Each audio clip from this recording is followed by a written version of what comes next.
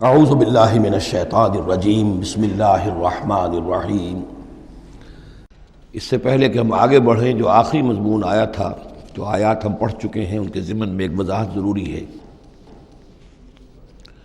یہ جو ہم نے ابھی دیکھا کہ اس بستی کے لوگ تین قسم کے تین حصوں میں منقسم ہو گئے تھے۔ ایک وہ لوگ جو گناہ میں بڑھے جا رہے تھے، ایک وہ کہ جو خود گناہ تو نہیں کر رہے تھے لیکن روک بھی نہیں رہے تھے، اور ایک وہ کہ جو گناہ سے خود بھی مجتنب تھے اور نہی عن المنکر کا فریضہ آخری وقت تک سر انجام دے رہے تھے۔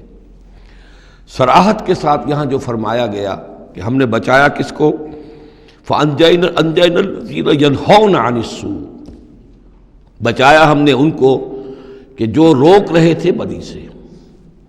وَأَخَذْنَا الَّذِينَ ظَلَمُوا بِعَذَابٍ بَئِيسٍ، اور ہم نے پکڑ لیا ان لوگوں کو جو گناہ میں ملوث تھے ایک بہت ہی برے عذاب میں، ان کے نافرمانی کی وجہ سے۔ اس سے بعض حضرات نے ایک نقطہ نکالنے کی کوشش کی ہے، اور وہ یہ ہے کہ ایک گروہ کے بارے میں صراحت کے ساتھ آ گیا کہ اس کو بچا لیا، وہ لوگ جو نہی عن المنکر کر رہے تھے۔ ایک گروہ جس کے بارے میں صراحت سے کہا گیا کہ اس پر عذاب آیا، وہ ہے جو گناہ میں ملوث تھے۔ گویا کہ درمیانی گروہ جو ہے اس کے بارے میں یہاں سکوت اختیار کیا گیا ہے۔ ان کو ایک طرح سے امید دلائی جا رہی ہے کہ جو لوگ گناہ سے مجتنب رہیں گے، اگر وہ خود گناہ میں ملوث نہیں ہوئے ہیں تو اس عذاب سے کہ دنیا میں آتا ہے اس سے وہ بچا لیے جائیں گے۔ اور یہ بہت بڑی غلط فہمی ہے۔ یہ ایسی ہی بات ہے جیسے کہ میں نے آپ کو بتایا تھا سورہ مائدہ کے پڑھتے ہوئے کہ جو آیت مبارکہ تھی کہ علیکم انفسکم لا یضرکم من ضل اذا اہتدیتم، تو حضرت ابوبکر رضی اللہ تعالیٰ عنہ کو خطبہ ارشاد فرمانا پڑا کہ لوگوں تم اس آیت سے بالکل غلط نتیجہ نکال رہے ہو۔ اس کا یہ مطلب نہیں ہے کہ دعوت اور تبلیغ اور امر بالمعروف اور نہی عن المنکر تمہاری ذمہ داری نہیں ہے، بلکہ مطلب یہ ہے کہ تم اپنا سب کچھ کر لو، زور لگا لو سمجھانے کا، امر بالمعروف کا، نہی عن المنکر کا، پھر بھی اگر کچھ لوگ اڑے رہیں کفر پر اور گناہ پر تو پھر تم پر کوئی وبال نہیں ہے۔ اصل مفہوم یہ ہے، لیکن اس سے انسان جو ہے چاہتا ہے ذمہ داری سے فرار، تو اس کے لیے جہاں کہیں بھی اسے بہانہ ملتا ہے اس قسم کے وہ نقطے تراشتا ہے۔ یہاں یہ سمجھ لیجئے کہ اصل میں نہی عن المنکر نہ کرنا بھی تو جرم ہے۔ فَأَخَذْنَا الَّذِينَ ظَلَمُوا، ظلم جو لوگ ظلم کر رہے تھے، ایک دوہرا ظلم کر رہے تھے کہ گناہ میں ملوث بھی تھے اور اس میں ملوث تھے، اور دوسرے وہ لوگ تھے کہ جو اگرچہ ملوث نہیں تھے لیکن یہ کہ وہ روک نہیں رہے تھے۔ نہ روکنے کا جرم جو ہے یہ تو موجود ہے۔ اگر نہی عن المنکر فرض ہے، اگر یہ ذمہ داری ہے، تو نہ روکنا جو ہے یہ خود اپنی جگہ پر ایک جرم ہے۔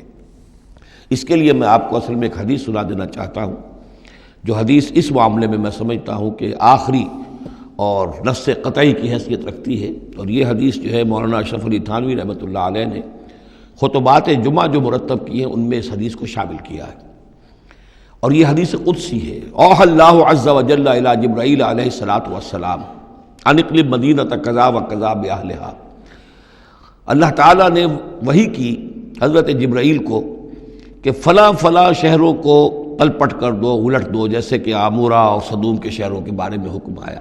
قال فقال، حضور فرماتے ہیں اس پر حضرت جبرائیل نے عرض کیا بارگاہ خداوندی میں، رب یا رب ان فیہا عبدک فلانا لم یعصک طرفۃ عین، پروردگار اس میں تو تیرا فلاں بندہ بھی ہے جس نے کبھی پلک جھپکنے جتنی دیر بھی معصیت میں نہیں گزاری، گناہ سے اتنا پاک صاف، نگاہ کا ادھر سے ادھر ہو جانا، اتنا وقت بھی کبھی معصیت میں صرف نہیں کیا، تو کیا اس پر بھی الٹ دوں؟ قال فقال، حضور نے فرمایا اس پر اللہ تعالیٰ نے ارشاد فرمایا اقلبھا علیہ وعلیہم، الٹو اس بستی کو، پہلے اس پر پھر دوسروں پر۔ وجہ کیا ہے؟ فإن وجهه لم يتبعر في ساعة قط، اس کے چہرے کا رنگ میری غیرت کی وجہ سے کبھی متغیر نہیں ہوا۔ یہ خود تو گناہ سے بچا رہا لیکن گناہ پھیلتے رہے، شریعت کی دھجیاں بکھرتی رہیں، اللہ تعالیٰ کے احکام کا مذاق اڑایا جاتا رہا، اور یہ اپنے دھندے میں لگا رہا، کاروبار میں لگا رہا، یا اپنے نوافل میں لگا رہا، مراقبوں میں لگا رہا، ذکر اذکار میں لگا رہا، تو یہ دوسروں سے بڑھ کر مجرم ہے۔